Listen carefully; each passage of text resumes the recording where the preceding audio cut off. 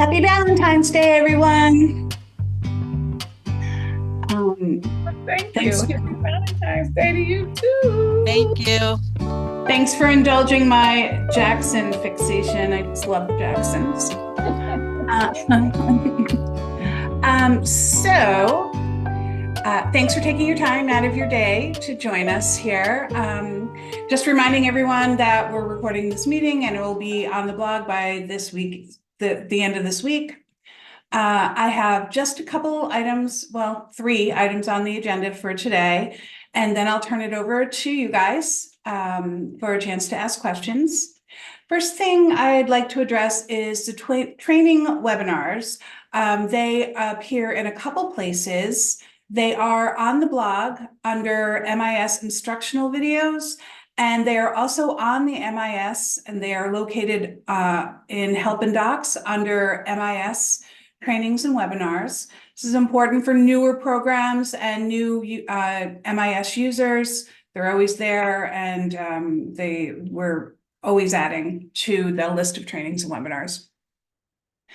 The next thing I would like to talk about is the MIS account requests. Please send the MIS account request via support tickets, and we need the person's full name, the program name, the active work email address, and the level of permission they will need to perform their role. We cannot create an account for the MIS unless we receive the account from a supervisor level or higher.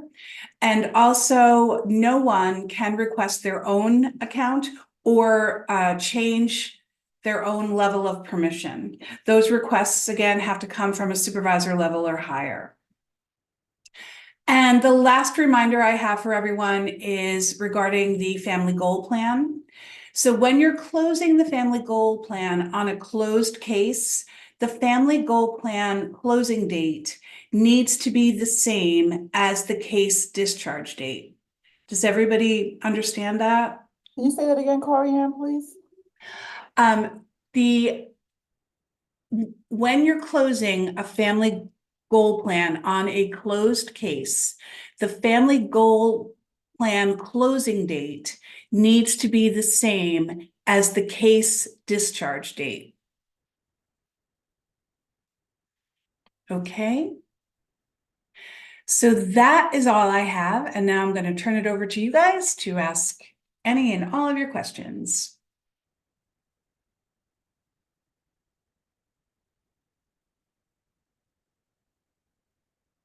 Hi, good morning. I'll ask a question since we were talking about the family goal plan.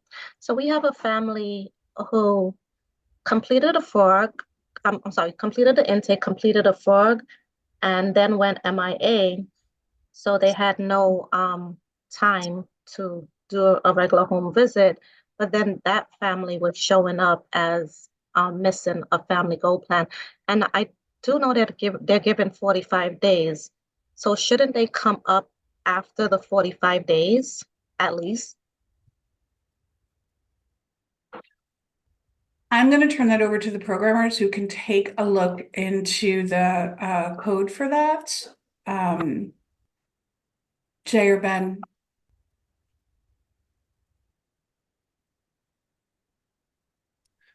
The other thing, Jamie, is that I missed that question, so I have to read the AI transcript. Hold on a second. The other thing is that if you have a question on a specific case, that might be better addressed in a ticket. So we can just take a deep dive into it to see what's going on. But Jay, basically, Okay, thank you. well, basically, Jamie was saying that on a specific case, a frog was entered, the intake was entered, but there was no home visit because the family went MIA, and they're showing up as missing, a family goal plan. You're muted. Jamie, could you share the PC1 ID, please? I believe it's GA02. Hope it's G.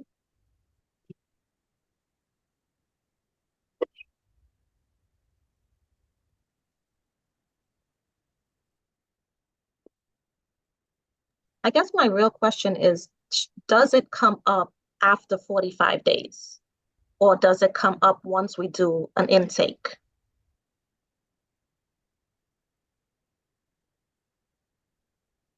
Maybe, I have to look into that as well. yeah. So Okay. as I suggested, Jamie, maybe perhaps create a ticket with the case number, and then we can take a deep dive into that and get back to you. Okay, thank you.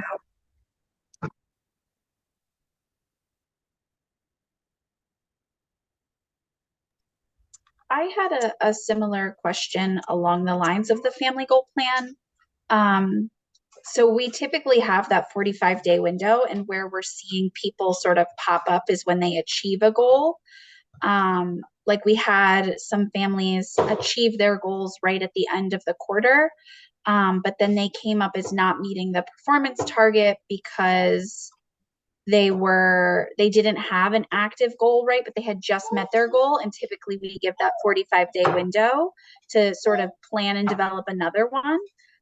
So I was wondering if there could be that window built into the expectations around the goal plan. And I don't know if that's like a larger issue, but it kind of reflects like the worker isn't establishing active goals when they were working on them, but there's no real selection for like this transitional period, you know?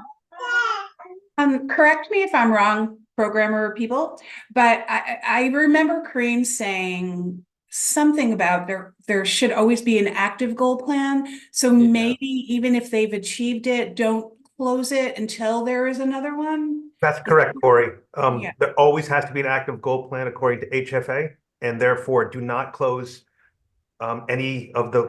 don't close the final goal plan, or else you'll show up in the reports as missing. It's just a HFA requirement. Okay, we can do that. That's a good workaround. So I'll just let staff know that that will be the workflow moving forward. I have a question around the goal plan as well. So if we have a family who, let's say, for example, was on TR or CO and they were just not responding, and we hadn't put in a goal plan yet for them, but we just haven't been able to connect with them. And now we're about to discharge them because we simply cannot get a hold of them. What do we do? Because now there's going to be no goal plan for them, and we won't make the 100% because we can't reach them to get a goal plan done. The requirement's 100% have a goal, so I guess you would just be less than 100, unfortunately. Is there an opportunity for us to say there was no time to establish a goal because you were building a relationship, just to show that you did know that there is no goal there? So we don't want the work to look like, oh, there's no goal here. Maybe they didn't know, they didn't understand. We don't want it to reflect that way about the reason why things are missing on HVOL when there's no place for us outside of a case note to write that. As well as maybe the family's just not responding, so you can't get a goal from someone that you cannot connect with. You're trying, but you can't. Or in the middle, the family is saying, oh, I'm not sure. We can talk about it next week, and then next week turns into a month. Absolutely. So my question is, on these cases that you're referring to, have there been home visit have there been visits done by the workers? Because, and I agree with Ben, it's unfortunate, but this is an FHA requirement that there be 100% target on this. And this may be a policy question too, which of course we can't address. So you may want to go to the contract manager or to your policy guide to see how that should be handled, because my understanding, and again, I can't quote policy, I'm not well versed in it, but my understanding is that when the home visit is during the home visit, that goals are discussed during even that first home visit, and then something can be input. But again, I am not the authority on this. So my suggestion is, as I said, to contact your contract manager or even Corinne Noble, or your program administrator. Yeah. Can I have There's a one- couple of things. I'm sorry, go ahead. Jay, the only other thing, and Corey Ann, I was thinking, and I don't know if it's possible, because now you cannot, the family is non-responsive and all of that, you're trying, you're reaching out, CO, you're on CO, you're going to discharge them because they're non-responsive.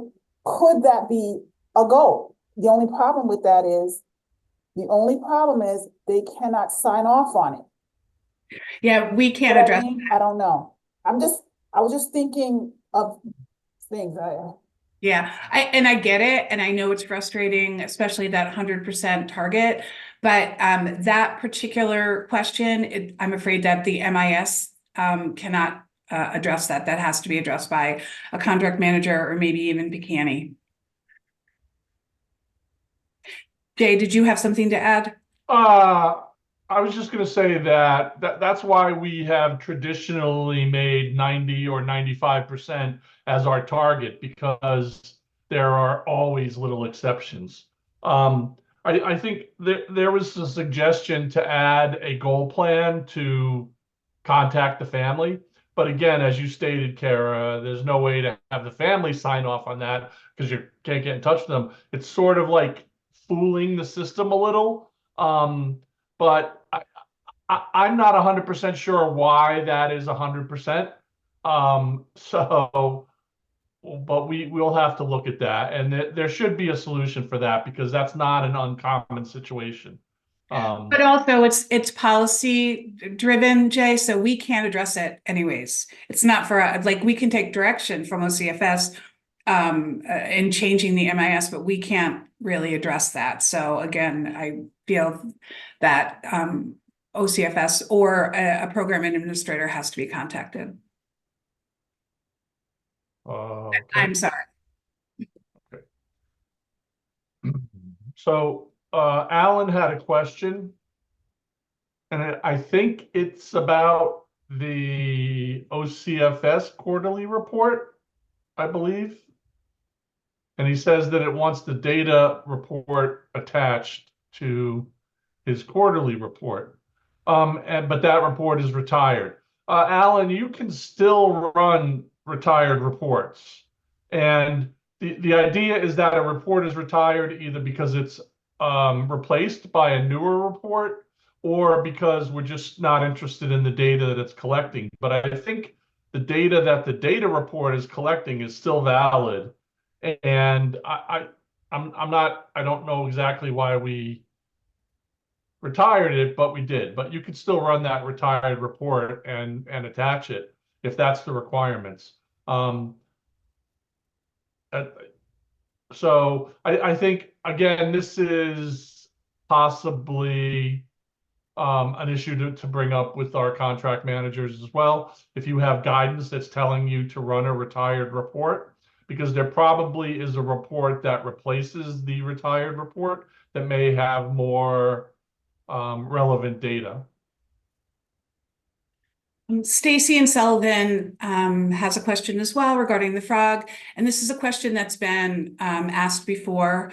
Is there a way to add a partial option for the frog? There's a pseudo partial option already in place. There's only, I think, 8 required fields that will show up if you just go to the frog and then immediately click the submit. You'll see the message about which fields need to be filled out. As soon as you fill out those fields, you'll be able to save the form over and over without like any of the scores. None of the scores have to be entered before the first save. Their autosave is not going to happen. We've gone over that with a bunch of our forms in the past. It's something that we considered, but we aren't able to do for a variety of reasons, including validation of the data. So there is sort of a partial save for the frog existing. It's not as obvious because there is no form is complete checkbox or anything like that. But the way you can save it multiple times currently without much data in there is a way to sort of do it. Excuse me. And what we were able to do, essentially. I think that there are fields on the first tab of the frog, and then questions 14 and 15 have to be answered, and then you can submit the form. And we get it that it's a little clunky, that you have to submit it, then go back into it, submit it, go back into it. But it's a better option, and frankly, the only option we have other than being like risking losing your documentation. Sorry.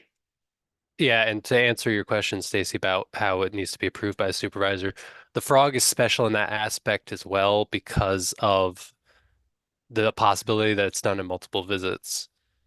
So I know you're saying you have so many days to approve it and then start the service plan. You may want to talk to your contract manager about that requirement. That requirement's not in the MIS, because when you finish the frog and you put in the final completion date, the final frog visit date, and then it's approved, then it'll show up on the frog requirement report. I forget which standard that is, but you may want to ask the contract manager if there is a requirement that with that initial frog visit that you have a certain number of days before you can approve it, because I don't know if that's accurate since it can be done in multiple visits. There is another question from Christina. Can you set a goal for establishing a relationship or not, since the family wouldn't have input to that goal? I'm not quite sure. Christina, can you go into more detail about that? That's from the prior question. She was making a suggestion about setting up sort of a dummy goal, I think.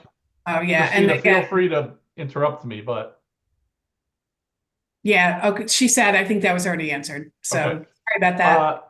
So Just there is wanna make another sure. question from Natalie from Morris Heights. It says she's curious to know why the MIS timeline asks for an initial FGP for a certain family when I already have one active. The timeline in general just tells you all of the potential events that happen. It doesn't actually tell you what's already happened or anything like that. It just lays out the schedule for you. I'm looking for the family goal plan in that report. I don't see it though, but let me search. Maybe it's on the tickler? Because yeah, I don't see it Maybe there either. she did say the timeline. Yeah, I don't see that. Natalie, could you clarify a little for us? Oh, Sure. It's not on the tickler, but you know, when you go into MIS, it tells you what's coming up next. Like if you have to do ASQs with the family of immunizations coming up, sometimes it shows initial FGP. I'm like, but it confused me because it's like, I already have one active with the family. Why is it showing? yeah, that is the tickler. Well, Okay. if you can give us the specific tickler and the case, Natalie, you may want to just send in a ticket so we could give you some more personalized attention on this. Okay. It's not showing up now, but it did like a few weeks before. Well, things change all the time. Yeah. So, So that had me a little worried. I'm like, wait, but I yeah. have one active. Why is it showing? Yeah, with that Yeah. said, I don't think that specific thing changed, but you never know. Okay. But if you send in a ticket, we will definitely look into that in more depth and get an answer for you. Okay. Thank you. Welcome. I have another question about updated state forms. Are you referring to, Alan, like the paper forms? Because we no longer update them. The forms and the information on forms change way too fast, and we frankly can't keep up with them. So I don't have an answer to that. Do you guys know? I mean, Well, well, the answer is, sorry, Ben, go ahead. yeah, I can address the question. It was a decision jointly with CHSR and OCFS that we would stop updating those paper forms because of, like Corey said, the speed of which the forms themselves are changing, and having to keep those forms updated in a timely manner was a significant workload that it was decided wasn't worth doing. And we did replace with the printing blank forms options in the MIS itself. So if you go to a form like, say, the home visit log, there is a blank form print button where you can print out or save a PDF of the actual electronic version that is most current. And because, excuse me, because it is the electronic version, it's no longer an extra workload for us and allows us to update the MIS more quickly and more efficiently.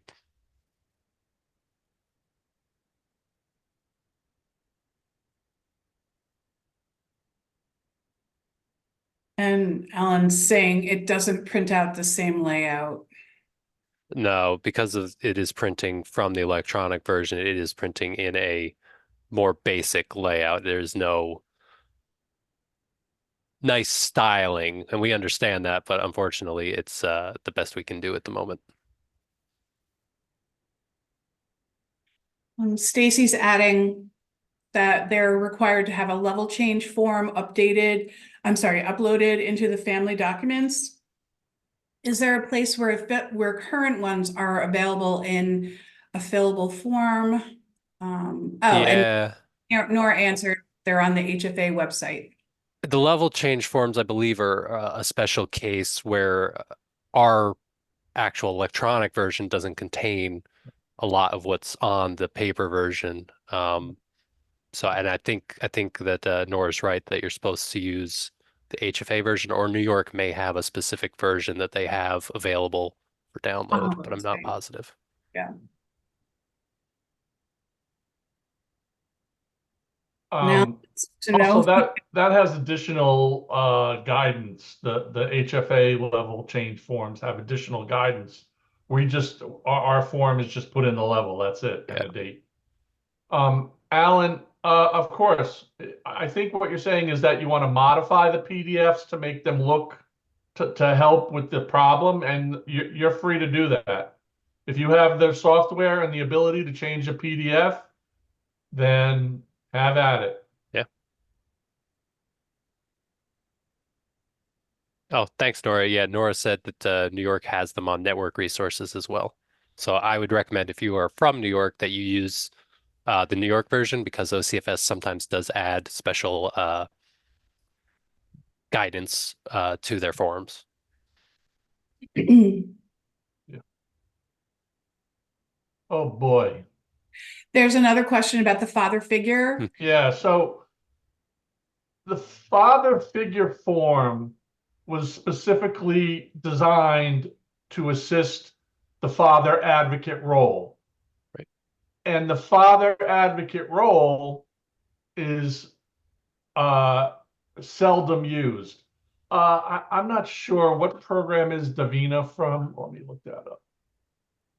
Yeah, and while you look that up, Jay, I can also speak to that. We are in discussions with Tom from OCFS, and we have been for the past couple months, about whether that form is even relevant in the MIS anymore.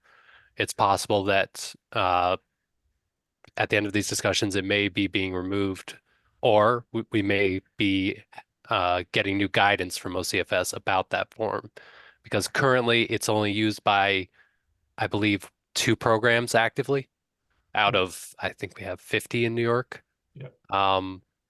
So 54. it is not used very often. We do not have a lot of guidance from OCFS around it. It kind of just fell off the radar, and we're trying to get more information about whether the form is relevant in 2024.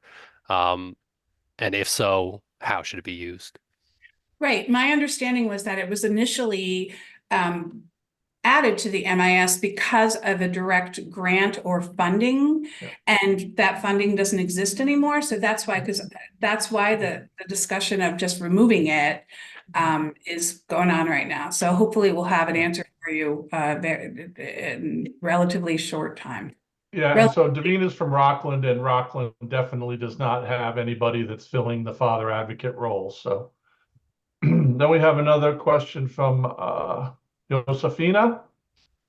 It looks like there's several questions built into that, but is there a way that the FSS can update how wrong, incorrect information in the TC immunization records chart? For example, add a vaccine incorrectly on an incorrect date and add new ID and contact information. So those are two separate things. Once the immunization or the TC medical record has been approved, it can only be changed by a supervisor. So the FSS generally is not a supervisor. So once it's been approved by the supervisor, then it can't be corrected. However, that sounds like something that you might want to bring up with your supervisor anyway. And so in your supervision, even the supervisor could change that for you. As far as the ID contact, once the ID contact form has been submitted and the next form has been completed, you cannot edit the ID contact. However, you can always add an emergency contact on the basic case information. The basic information page tab of the case homepage. And there is a video about how to, like, the editing the case homepage or the basic information tab. So if you look under Help and Docs, the MIS training information, or on the blog, you can see that video, and you can get some assistance regarding that. Yeah, and I think Josefina, that answered your question. If it hasn't been approved by a supervisor, you can actually you can either just delete a record that you added wrong, or you can edit the existing one. But I think the problem that you're addressing is that the supervisor must have already approved it, and therefore you can't change it, and that is true. Yeah, That's the immunizations, but not really the intake form, right? Right. It's just for the immunizations, right? Yeah, the ID contact can't be removed. Yeah, I'm sorry. Yes, the ID contact. Sorry. Yeah. And But the Sorry, I'm supervisor just- would be able to at any time edit either forms. Is that correct? for the TC medical, yes. The ID contact to a limited degree. Yeah. Most of the items on the identification and contact information form are locked down, even for supervisors after that first submit, because it changes a lot of the case progress and status as of intake. Yeah, there's really only a couple things that you can change if it hasn't been approved and if the next form has not been added. And that's like the consent, and I think that's about it. Yeah. And just to loop back to Davina's question, because we sort of didn't answer it, I'd say, Davina, you can ask your contract manager, but you probably don't need to fill out the fatherhood or the father figure form currently, because I don't believe Rockland currently has filled out No. a father figure form in the past No. 2 years. Yeah, so it's not necessary at all, and Yeah. that should be corrected soon. So Natalie also has a question. Is there any way to add a loan? I could clarify that if anything. You can restate that if you want. Yeah, I think you're actually talking about the screening tools section of the home visit log, right? Yes, because I recently completed the 10-month ASQ, so it doesn't give me the option. So I had to click the 9-month ASQ complete and other tools completed to enter what ASQ I've done. Yeah, that's a long time bug that we haven't fixed. Essentially, what the question is really asking is, did you do the time appropriate ASQ or ASQSE? And Yes. even though it kind of gets the math wrong and it shows you the wrong interval, it's really just asking you about the appropriate interval. We tried to make it a little too fancy, and we haven't gotten back to correcting that, because it will sometimes show you the wrong interval. But the question is, and you can check it regardless if it's saying the wrong interval or not. It's not going to check and say, hey, wait a second, you didn't do the 10-month, you only did the 9-month. It will allow you to check that. And then the key thing is that, when you're filling it out, you can say to yourself, did I do the time appropriate form? And if you did, then you can check the box and put some additional narrative about that. Okay, thank you. You're welcome.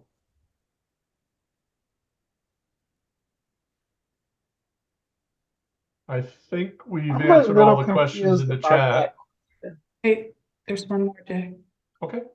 I'm a supervisor, and when I am reading the logs, or I'm hovering over on that target child immunization or ASQ portion, and it's telling me not completed. And I know that it's been completed. What are you telling me at? Which one should I look at? I'm not sure what you were saying there. If it's saying not completed, Mm-hmm. that means it hasn't been entered into the relevant section. So for example, if it's saying 10-month ASQ not completed, it means that it hasn't been entered into the ASQs section of the MIS yet. Okay, but if I'm running a report, then our numbers would be slightly off because of just an update that needs to be performed within the system? Or is that a home visitor have not put the information in the correct space?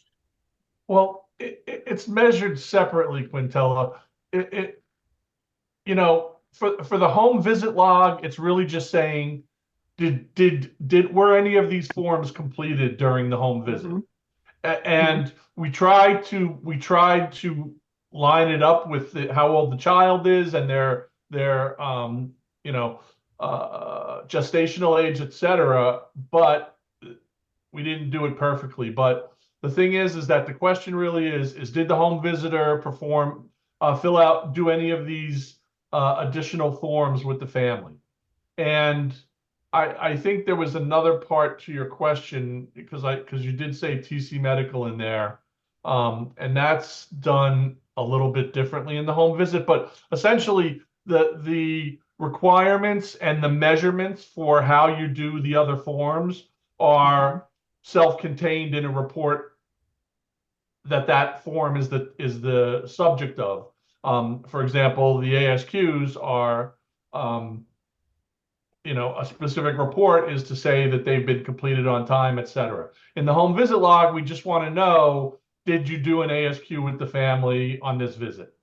And if they did, even if the pop-up is telling them the wrong date range, they still can check it. They can correct it in the narrative if they want, or they can just put any other description of how it went filling out that form.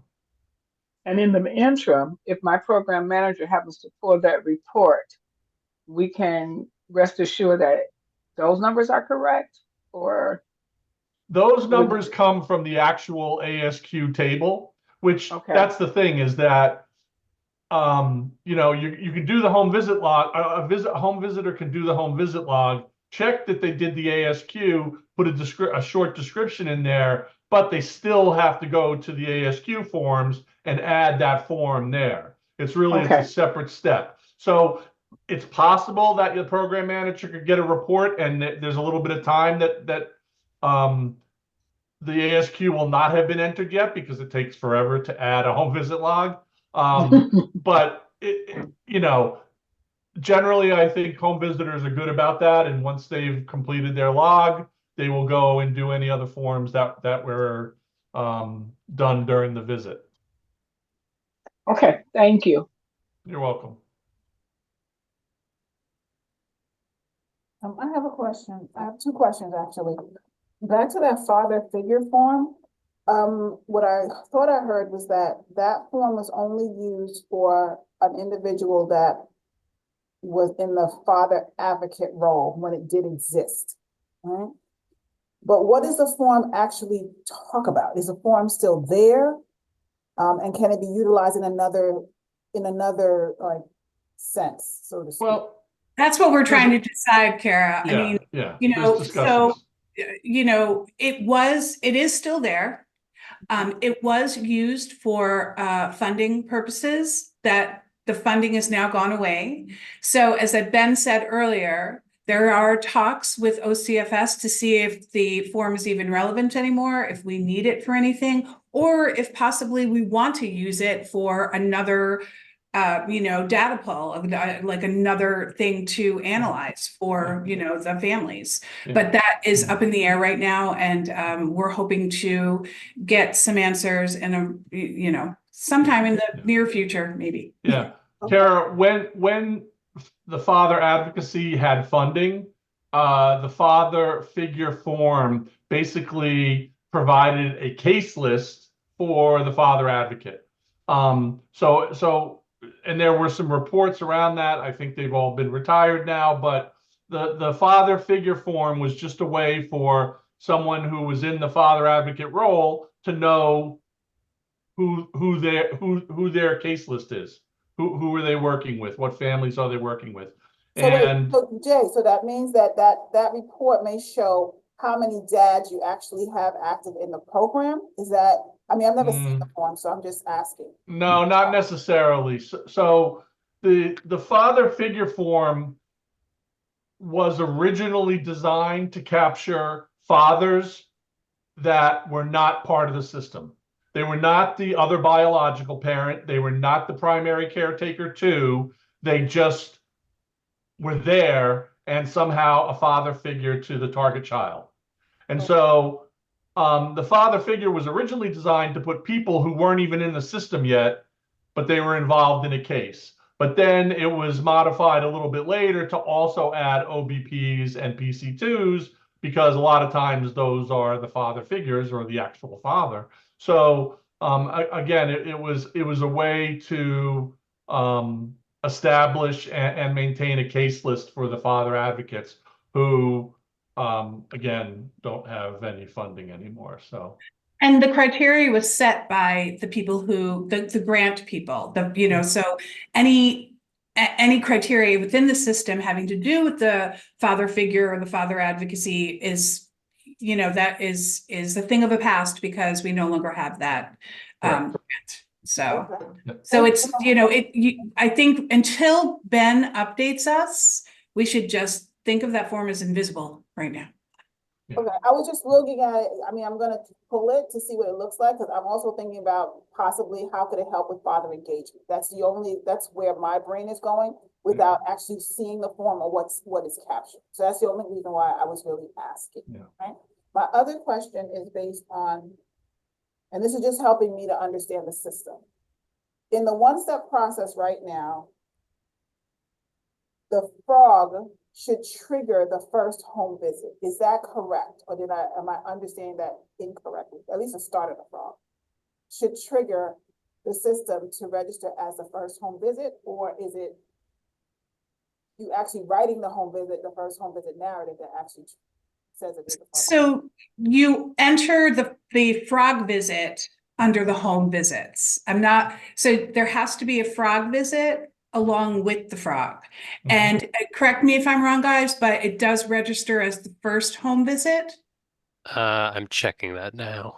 Because it should. And the reason why I'm asking is because is there a possibility that you could have more frogs than first home visits if one triggers the other? That's where I'm confused. Wait, you mean like more frogs showing on reports than you do home visits? Correct. Because if the frog is triggering that first home visit, it should analytically, I mean, I could be off, right? Your numbers should be in sync. My understanding is that you have to have a frog visit. So, when you enter the frog, even if you don't finish the frog, you should be entering a home visit. And then if you need 2 visits to complete the frog, you have to complete 2 frog visits. That is my understanding. Yeah, and that's correct. To answer your question, Kara, yes, frog visits count as the first home visit. So, but does that frog visit when you're entering it, does it trigger the system? Because if it doesn't, that means that you manually have to do a home narrative to put it in there. No, there's a box that there's a box that you can check that will tell the system that it's a frog visit, and not every single field on the home visit is required. There's only a couple fields that are required on the frog visit, but you have to check that box that is on the first tab of the home visit. But you should, if you're entering a frog, even if you're partially entering it, you should enter that frog visit. Checking out the box, maybe that's what's causing this problem. So they have to check the box though. yes, Is that it? there's a box at the top of the home visit log that says, is this a frog visit? I believe is the wording. Okay. Or it just says frog visit. It's above the type of visit. All right, that helps because there's a number off, a little off, and I'm like, something is not, the math is not mathing for me. So I need to understand how the system is being triggered. So thank you so much. Yep. And don't forget, Kara, that although we should be sort of moving out of it now, there are still some cases, I'm sure, that are active in your program that are two-step, where frog visits weren't a thing. Oh, We're still kind of in that weird transitional period between one-step and two-step in New York, so you might see some oddities still there. okay. Thank you very much, President. No problem. We do Hi. have Oh. I'm sorry. We do have a couple of questions in the chat. Leanna Gray, is it required for the early intervention right up to be collected once a referral is made and uploaded to the MIS when a target child has scored above the cutoff for ASQ and referred to early intervention services? That is not an MIS question. That's more of a policy question. So you really should contact your contract manager or a trainer about that. Sorry. And then Melissa, I thought we only enter the frog, then enter the home visit when we write up the home visit. No, that so again, on the blog and in the MIS, there are a couple frog videos that I feel like could be useful for everybody to take a look at. But once you enter a frog, and as I said before, even if you don't finish the frog, if it's a partial frog, you have to enter a home visit. And you can have up to 2 home visits that can be frog visits. So you could take 2 home visits to finish that frog. And then you would go on to, do a normal home visit. There is another question, I think, from Stacy. Just sorry to interrupt, Corey, but Yeah, I'll go. Melissa, are you from New York or are you from another state? I'm from New York and Okay. we are a one-step program, relatively new. So that whole conversation made me a little bit nervous that I wasn't maybe doing it right. So for example, I did a frog assessment yesterday. I'm a supervisor with a caseload and I entered the frog and I'm in the process of finishing up today. I should also be entering a home visit in addition to that, but it won't look like a second, third, fourth visit where we kind of do a parent-child interaction because there'll be a button at the top that says this was a frog visit.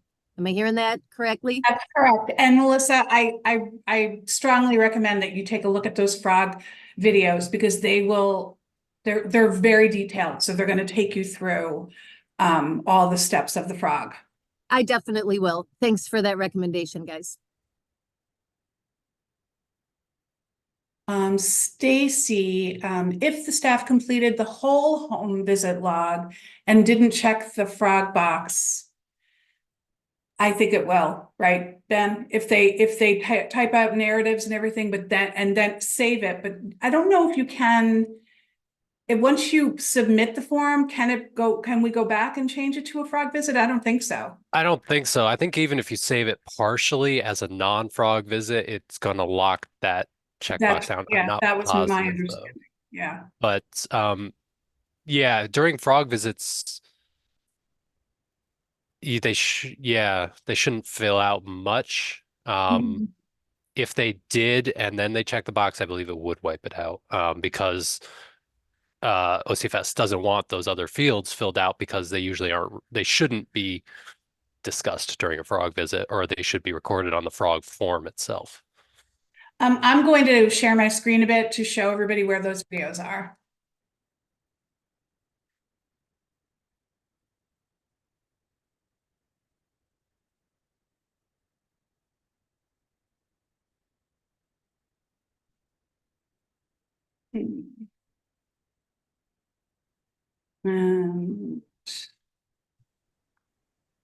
So I'm going to log in to the MIS. Can everybody see the MIS here? Yep, Okay, you're good. great. Thanks. It doesn't matter like what role you have, they're always in the same place. First, they're on the blog and they're right here. And all of the videos, oops, I'm sorry, that's the MIS discussions, instructional videos are right here. So there are lists, there's entering a frog, and then there's other frog videos. There's at least one more. And then on the MIS, it's under help and docs, and the MIS updated training videos. But we really recommend for you guys to take a look at these videos. And I'm going to stop my share.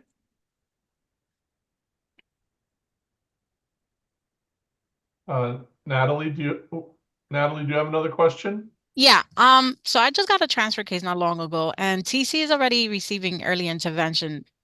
Do I continue doing the ASQ? Yes. Okay. Well, sort of. You Yeah. put the Yeah. ASQ forms in the system with the Yeah. checkbox checked. Okay. You don't actually have to do the ASQ with the family. Oh, okay, Right. okay, okay. Right. Yeah. That was my question. If I continue to it. Thank you.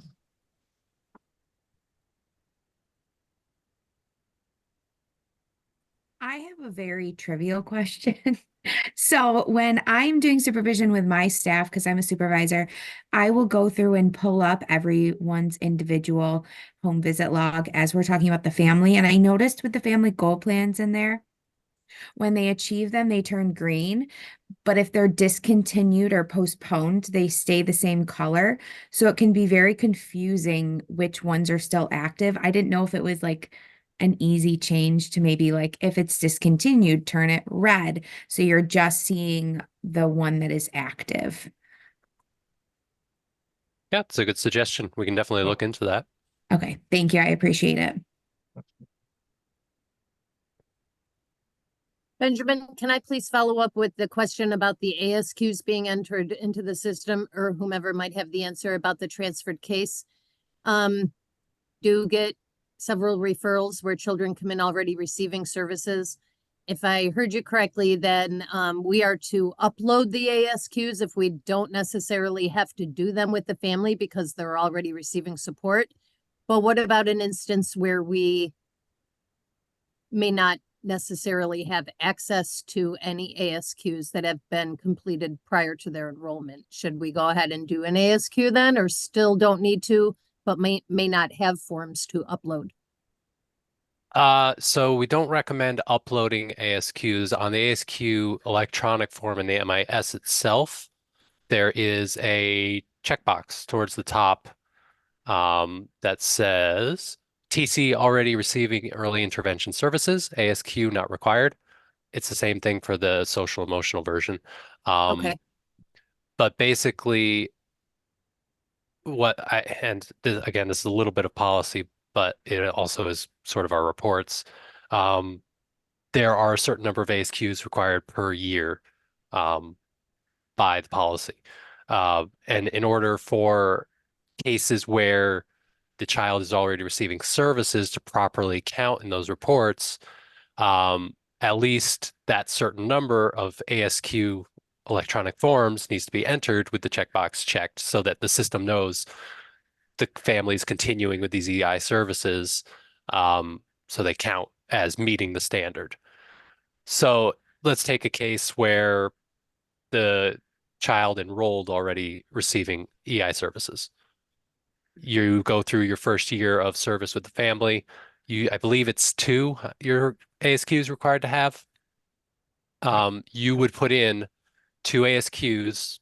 Interval doesn't really matter with that checkbox of TC already receiving early intervention services checked. That indicates to the system that during this time frame, you would have offered these ASQ services, but they weren't required. You count as meeting the requirements for the ASQ report. You don't need to have access to the old ASQ information. So for example, for a transfer case, if you know during that transfer process, this child's receiving EI, all you need to do is check the checkbox. You don't need to upload anything to case documents. You're all set. And Thanks also, for clearing that up. and also, no problem. Alan mentioned that they have a separate program policy, which is also an option for every program where they still do ASQs with families, even if they are even if they are receiving early intervention services, to ensure the target child doesn't fail in other areas. So that's something that your program can do individually. But again, we're not policy driven here. We're just MIS driven. But I just wanted to mention a suggestion that another program had.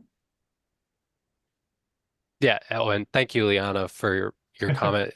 She mentioned in the chat that once you check that box, 90% of the form is grayed out because you don't. All of the scores are grayed out. All of the was the target child refer questions are grayed out because they aren't relevant. The ASQ wasn't done, so it just makes the entry quick for the user. Yeah, thank you, Liana, for doing our job.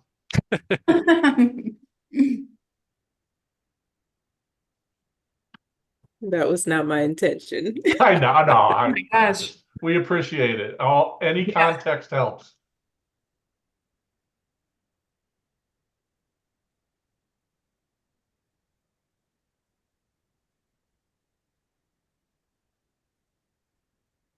Anyone else have any questions? This was a really good meeting.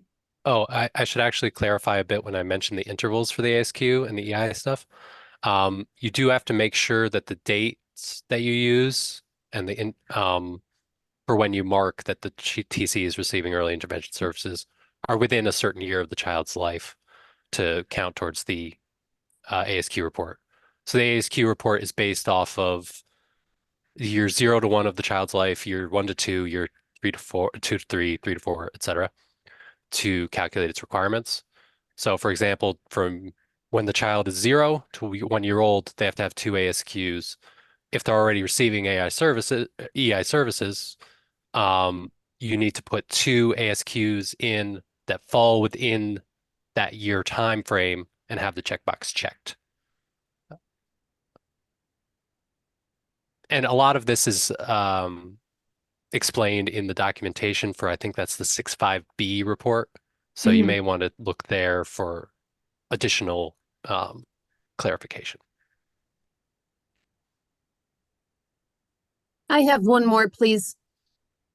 I'm not sure if this is policy. I'm hoping you might be able to answer, but it's regarding CO level changes. And a red box comes up and it says potential level issue, a little red triangle rather. And then it is warning me that the family has been on CO for at least 60 days. And it's, to my understanding, when I'm reviewing the policy handbook, that it's actually 92 days that we can go to discharge, maybe if the family's unresponsive. So I'm just wondering if this warning is just saying, you know, keep it on my mind and be aware of it, and why it's saying 60 days, if maybe I'm missing something, or is 60 days really relevant? Because it's 92 I'm looking for, right, for a potential discharge? It's just a heads up, right, Ben? It's a just heads up. Yeah, it was the original design was to have a little prompt for cases that were a long time on CO, TO, or TR to make sure that everyone who visited the case, whether it be the supervisor or the FSS, that they're aware, because sometimes, you know, things get hectic and you'll realize case has been on CO for upwards of 90 days now. So the decision was to pop that, to show that alert at 60 days. So, you know, you've got a month before the 92 days. So you can kind of take action on it if you can. Like sometimes you can't take action, sometimes you can't find the family, but it gives you that heads up. Okay, very good. Thank you so much. You're welcome. And also, Melissa, I just want to mention that most of our reports in the report catalog do have that report documentation that Ben was referring to. So if you have questions about why certain numbers aren't meeting on the report, or what exactly is being pulled into the report, so you have a deeper understanding, that report documentation is very, very useful for that. And that's for all new programs. Also, I just wanted to mention again that this discussion meeting is being recorded, and we're going to post it on our blog. And this particular meeting may be helpful to any new users or any new supervisors that are in your programs that may have missed this meeting for any other reason. Plus, they can go back and look at some other meetings. They're especially this one was pretty informative, so they could be helpful. Thanks, Corianne. Corianne, you say that report is called report documentation? Is that the name of the report or? Yeah. No. Let me just share my screen again, and I'm going to. And this was the one where I don't remember who said it, but they were talking about uploading that along with the quarterly report. Is that the one?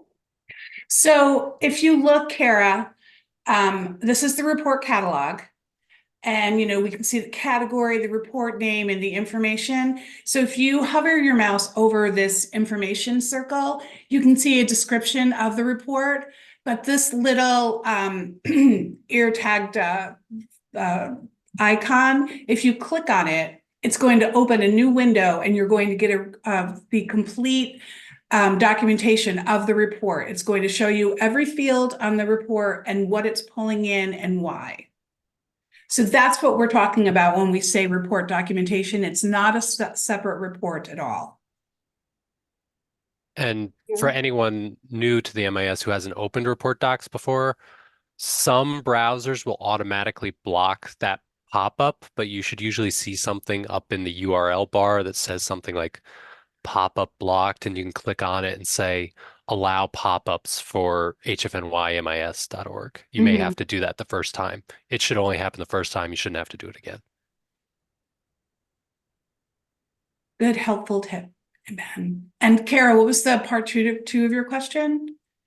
I had heard someone at the very beginning of this call talk about a report that they were thinking of that should be uploaded or submitted when they're submitting their quarterly reports.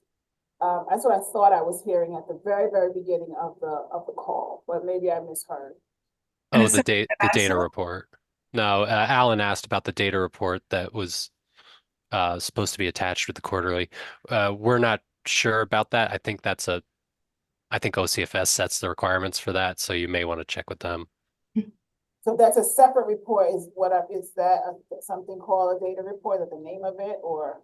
Yeah, there is a report called just named data report in the report catalog. Stacy, I'm going to share my screen one more time for Stacy because she's asking again where the blog is. You can find the blog under Help and Docs, and it's right here, the HF information blog. And here are the MIS from last May up until February when I post this one. So you can take a look at those MIS user group videos and the instructional videos. Did you have a question, Allie? I see your hand is raised. Not a question, but I just wanted to say the last MIS meeting, we asked for you guys to add the needs review thing to the service plan. Really appreciate it. That happened in like 2 days after the meeting. So I just wanted to say thank you. It's really helpful. And the turnaround time was like unreal. So thank you. You're welcome. Glad you like it. Hearing that. That's why these meetings are so great. Hi again. One more. When I'm doing supervision and I'm planning for it, I notice that there is a way for me to do that, pre-planning session activities under supervision. But it's kind of hanging out there. There's no like approval. I can't get rid of it. It says partial right now. And I'm just wondering what the procedure is, how to use it. I was just kind of testing the waters, trying to experiment with that a little bit in planning for supervision. But can anybody give a little insight on how to properly use it and when it might go away? Yeah, the concept is that you create the planning session, and then once you're doing the actual supervision, you use the exact same record, and then you change it there from a pre-planning session to a regular supervision, and then you can, and so hopefully you have all the notes that you can build on that you've pre-planned, and update anything that comes up during the supervision. But basically, They're not designed to hang around. They're designed to be edited and then changed into the actual supervision. Okay, that makes total sense. And that's the way I'll do it from now on. I wasn't sure if it was its own separate thing, and then I created another scheduled supervision. Yeah. But I'm going to use them together. And yeah, that'll work out great. That's helpful. Thank you. Yeah, that gives me an idea for some documentation we can add too to make that a little clearer. Can I just interject for a moment on what Melissa's pointing out? I don't know, maybe I did something wrong, but I feel like I tried to change it from a planned supervision, a planning session to actual supervision note, and somewhere in the process, like some information that I added got wiped out. But like I said, I could be wrong on that. However, maybe it was something I did incorrectly on my part, but it's what I'm hearing is that there is a way for you to easily change it from the planning session to an actual supervision note. Right. And you should do that at after your supervision is done, you can go into that pre-planning and then change it directly to a scheduled meeting. And then my recommendation is to hit that partial save button and then make your notes. The supervision form, like every other form in the MIS, is subject to that security timeout. After, I think it's 18 minutes, you'll get a warning. Just something that I've noticed in previous tickets and phone calls is that supervisors oftentimes use more than one tab in their supervisions. And so you may be documenting in one where the timer is going off in another MIS session. So you may think you're good to go documenting, but that first MIS tab will have timed out already, and then you're going to lose your work. So just be aware that if you're working in more than one tab, you're going to have to save, you're going to have to save that first tab, because that's where the timer starts. Okay, thank you.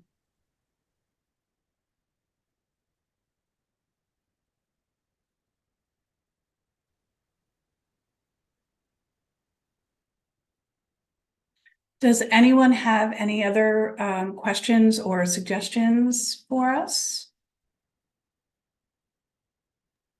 Corey, I just wanted to This was great. clarify the fact about that first tab being saved.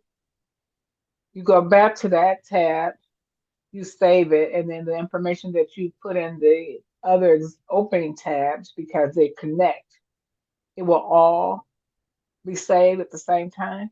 It should be. However, I am, I'm hyper aware of this stuff. So when I'm doing things, first of all, I frown on the multiple tab thing, because you're always at risk of losing your work when you're doing the multiple tabs. If you're showing something to your staff person in one tab, but you should just always be documenting and saving in one tab, not in multiple tabs. But having said that, when I'm recording videos, or I have to start creating scripts or whatever, I save in every single tab, because I'm just nervous that something's going to get lost. But my recommendation is, if you're using separate tabs, you use one to show your person, but always use the same tab. And that should be the first tab to do all your documentation. And once you're finished showing, because I think that if you click on a case, it will show up in another window. Once you're finished reviewing that window, close it and go back to your original. I know it's somewhat tedious, but gosh, it's not as tedious as losing all of your work. So right, because this is just for my mental lock-in now. So when if I'm in reflective, for example, the meeting is over and I'm putting in my notes now. And so if I click on to add the families that I'm going to talk to, maybe this one supervisee has 12 cases. So now each time, if I open the case file for HB and I make documentation for that, save that and click right out of that one, and do that with each case that I have open. That's my recommendation. It's just a safer way, because it's when I've talked to program managers and supervisors, when they're doing supervisions and they notice that work is lost, more times than not, it's because they have like 5 or 6 tabs open and they don't really, they're documenting in a number of them, thinking that it's all going to save, and one may have timed out already. So Right. it's just a good policy to go To ahead. be Ben. to be clear, the tabs Corey is talking about are browser tabs. So we kind of use tabs Yeah. in our system. So like you'll have on the supervision form, general topics tab, supervisor specific, Yes. and then tabs for each case. Those aren't the tabs we're talking about.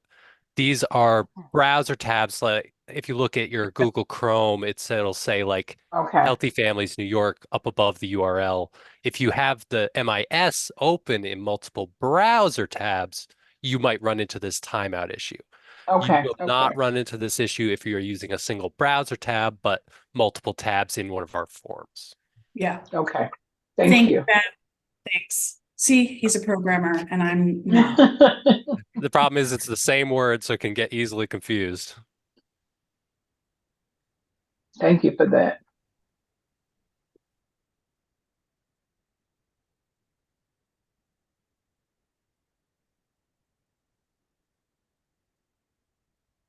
Okay, anybody else have anything to mention? I, of course, have one last thing to mention, and that's just to let you know that our next discussion is scheduled for Tuesday, March 19th at 11 a.m. And I will be sending an invitation out as the date gets closer. But remember, these meetings are meant for all MIS users, and especially for new users and new supervisors and new program managers. If they're not getting an email or went to spam or whatever, feel free to forward the invitation to anybody you think could be using it. Alrighty, thank you everybody. Have a great week. And again, happy Valentine's Day. Bye. Happy Valentine's. Thank you.